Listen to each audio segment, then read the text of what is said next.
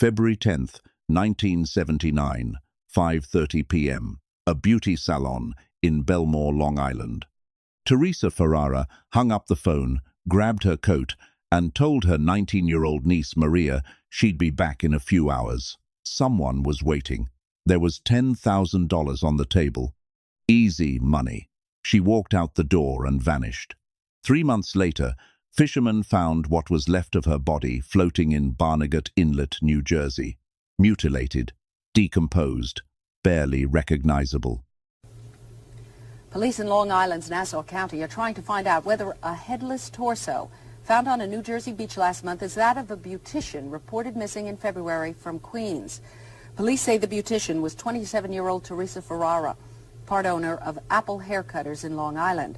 Police believe Miss Ferrara was killed because she knew someone who was involved in the $6 million Lufthansa robbery at Kennedy Airport last December. The Ocean County medical examiner needed dental records to confirm it was her. She was 27 years old. This wasn't some random woman caught in the wrong place. Theresa Ferrara was a cocaine dealer, a con artist, an FBI informant, and the mistress of one of the most violent psychopaths in Mafia history, Tommy DeSimone. The same Tommy DeSimone Joe Pesci immortalized in Goodfellas, the guy who shot a kid in the foot for talking back, the guy who beat Billy Bats to death with a tire iron. Ferrara knew these people. She partied with them. She dealt drugs with them. And when the walls closed in, she betrayed them. This is the story of how a young woman from Long Island tried to play both sides of the mob war and the FBI investigation that followed the biggest cash heist in American history. How she helped the feds seize 30 tons of cocaine. How she conned the Lucchese family out of $250,000. And how, when Jimmy Burke and Paul Vario realized what she'd done, they erased her. But here's what Goodfellas never showed you. Theresa Ferrara wasn't just collateral damage. She was an active player in a game that destroyed everyone who touched it. And her death wasn't random. It was calculated, brutal, and sent a message that echoed through the New York underworld for years. Theresa Ferrara was born in 1952 in Five Towns, Long Island. Middle-class Italian-American family. Good neighborhood. She had something most girls in her world didn't, a distant blood connection to Carlos Marcello, the boss of New Orleans. That name carried weight, it opened doors, and Theresa knew how to use it. She was beautiful, dark hair, sharp features, the kind of woman who turned heads when she walked into a room. She wanted more than Long Island could offer. She wanted lights, attention, money. She told people she was going to be a model, maybe an actress. So in the early 1970s, she moved to Ozone Park, Queens. That's where the real New York was. That's also where the Lucchese family operated. Ozone Park wasn't Manhattan glitter. It was mob glitter, social clubs, illegal card games, guys in silk shirts and gold chains. And at the center of it all was Robert's Lounge, a bar on Lefferts Boulevard owned by James Burke. If you knew anything about organized crime in the 70s, you knew Robert's Lounge. It was the headquarters for hijackings, drug deals, loan sharking, and murder. Henry Hill hung out there. Tommy DeSimone practically lived there. Paul Vario, a capo in the Lucchese family, used it as his office. This wasn't a place you stumbled into by accident.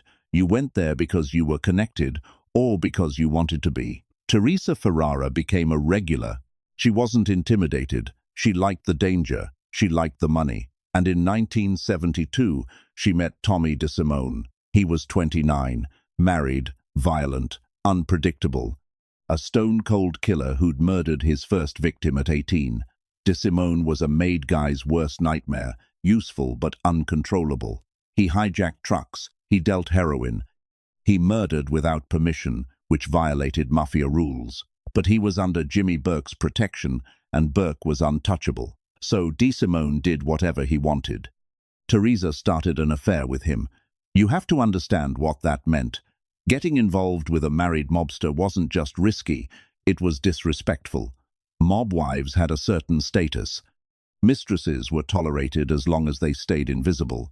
But Theresa didn't stay invisible. She showed up at Robert's Lounge. She partied with the crew. She knew everyone's business. She became part of the ecosystem. And somewhere along the way, she stopped being just a mistress. She started dealing cocaine. The mob in the 70s was swimming in drugs, heroin, coke, pills. The Lucchese family had pipelines from Florida, from South America, from Europe. Paul Vario ran one of the most profitable drug operations in New York. Even though the official Mafia rule was no drugs, everyone ignored it. Too much money. Theresa saw the opportunity. She opened a beauty salon in Belmore, Long Island. Legitimate front. She did hair during the day. At night, she sold cocaine out the back door. She was good at it. She had clients. She had cash flow. She had protection, or so she thought. But in the summer of 1977, everything fell apart. Theresa tried to sell cocaine to someone she thought was a buyer. He was a Drug Enforcement Administration agent, undercover. She was arrested on the spot. Federal drug trafficking charges. She was looking at 10, maybe 15 years in prison. That's a lifetime. She had two choices: go to jail or cooperate. She chose to cooperate. The DEA handed her off to the FBI. And the FBI saw an opportunity. Theresa Ferrara had access. She knew Paul Vario. She knew Jimmy Burke. She'd been inside Robert's lounge 100 times. She could get close, so they flipped her. She became a confidential informant. Now here's where it gets dangerous. Being an informant isn't like the movies. You don't get a handler holding your hand. You don't get witness protection until after you testify. You're on your own. You're still living your life, still surrounded by the same people, except now you're wearing a wire or passing information in secret meetings. One mistake, one suspicious question, one person noticing you're acting strange, and you're dead. The mob didn't forgive snitches. They made examples out of them. Theresa knew this. She did it anyway. For 2 years, from 1977 to 1979, Theresa Ferrara spied on the Lucchese family. She fed the FBI information on drug shipments, meetings, money flows. She was particularly focused on Paul Vario, Paulie, the capo who ran the crew out of East New York, the guy who had his hands in everything: hijackings, gambling, drugs, union corruption. Vario was careful. He didn't talk on phones. He didn't leave trails. But Theresa was close enough to overhear things. And what she overheard, she reported. On November 11th, 1978, the FBI and the Coast Guard intercepted a shipment in Flushing, Queens. 30 tons of cocaine. Street value in the hundreds of millions. It was one of the biggest drug busts in American history at that time. The feds seized everything. But here's the problem. They couldn't arrest the people behind it. The masterminds stayed hidden. The FBI suspected Jimmy Burke and a guy named Tom Monteleone were running the deal, but they didn't have proof. Still, the seizure sent shockwaves. Paul Vario was furious. That was his cocaine. His money, his operation, and someone had talked. Vario started looking for the leak, and Theresa Ferrara's name started coming up. At the same time, something even bigger was happening. On December 11th, 1978, 6 men walked into a Lufthansa cargo terminal at JFK Airport and stole $6 million in cash and jewelry. The Lufthansa heist, the biggest cash robbery in American history. Jimmy Burke planned it. Tommy DeSimone helped execute it. And within weeks, bodies started piling up. Burke was methodical. He killed everyone involved. Parnell, Stacks, Edwards, shot dead for leaving his fingerprints on the van. Martin Krugman disappeared, never found. Tommy DeSimone himself, murdered by the Gambino family for killing made man Billy Batts without permission. Burke was cleaning house. No witnesses, no loose ends. Theresa Ferrara was a loose end. She knew about the heist. She knew the players. Worse, there were rumors she and a con man named Richard Eaton had ripped off the Lucchese family in Florida. $250,000 worth of cocaine, a deal gone bad in Fort Lauderdale. Whether she actually stole it or just brokered a deal that went sideways, it didn't matter. In Paul Vario's eyes, she was a problem. In Jimmy Burke's eyes, she was a liability. In the mob's eyes, she was already dead. Here's the thing about mob murders. They're not spontaneous, they're planned, they're strategic, and they follow a pattern. First, they isolate you. They make sure you're alone. Then they lure you somewhere quiet. They tell you there's money involved, or a meeting, or a problem that needs solving. You go because you trust them, or because you're greedy, or because you don't realize you're already dead. Theresa got the call on February 10th, 1979. Someone told her there was $10,000 waiting. All she had to do was show up. She told her niece Maria. She left the salon. She never came back. For 3 months, nobody knew where she was. Her family reported her missing. The FBI started asking questions, but quietly. If they pushed too hard, it would expose her as an informant, which would put other operations at risk. So they waited. And then, on May 18th, 1979, a body washed up in Barnegat Inlet, New Jersey. Female, mutilated, decomposed beyond recognition. The New Jersey State Police opened an investigation. They ran dental records. On June 12, 1979, the New York Times confirmed it.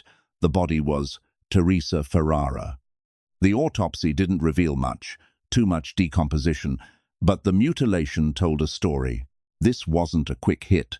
This wasn't a bullet to the back of the head in a car. This was deliberate. This was a message. The mob didn't just kill Theresa Ferrara, they erased her. They made sure that when she was found, she was unrecognizable. That's psychological warfare. That's a warning to anyone else who might think about cooperating with the feds. This is what happens to rats. No one was ever charged with her murder. Not Jimmy Burke, not Paul Vario, not anyone in the Lucchese family. The FBI knew who did it. They just couldn't prove it. Burke was untouchable for years. He didn't go to prison until 1982, and that was for fixing college basketball games, not murder. Vario got convicted in 1984 on various charges, but never for Theresa's death. Tommy DeSimone, the man Theresa had been involved with, was already dead by the time her body was found. He'd been murdered in January 1979, a month before Theresa disappeared. Shot in the head by John Gotti's crew as payback for killing Billy Batts. So even if he had killed her, he wasn't around to answer for it. But let's talk about what Theresa Ferrara's story reveals about the Mafia in the 1970s. This was a transitional period. The old rules were breaking down. The mob was supposed to stay out of drugs, but everyone was dealing. Informants were multiplying because drug charges carried heavy sentences, and people flipped to save themselves. The FBI was getting smarter, using wiretaps and undercover agents, and the mob's response was brutal. They killed everyone. Suspected informants, loose ends, people who talked too much, people who knew too much. The Lufthansa heist alone resulted in at least 10 murders. Theresa was just one name on a very long list. What makes her story different is that she wasn't just a victim. She made choices. She got involved with dangerous people. She dealt drugs. She became an informant. She conned the mob out of hundreds of thousands of dollars. She played both sides. And in that world, playing both sides gets you killed. The mob doesn't forgive betrayal. The FBI doesn't protect you until you're valuable enough to protect. Theresa fell through the cracks. She thought she could navigate the game. She couldn't. Henry Hill, who knew Theresa, who was there during all of this, eventually became an informant himself. He entered witness protection in 1980 after testifying against Paul Vario and Jimmy Burke. He lived until 2012. He got to tell his story. He got to write books, do interviews, consult on Goodfellas.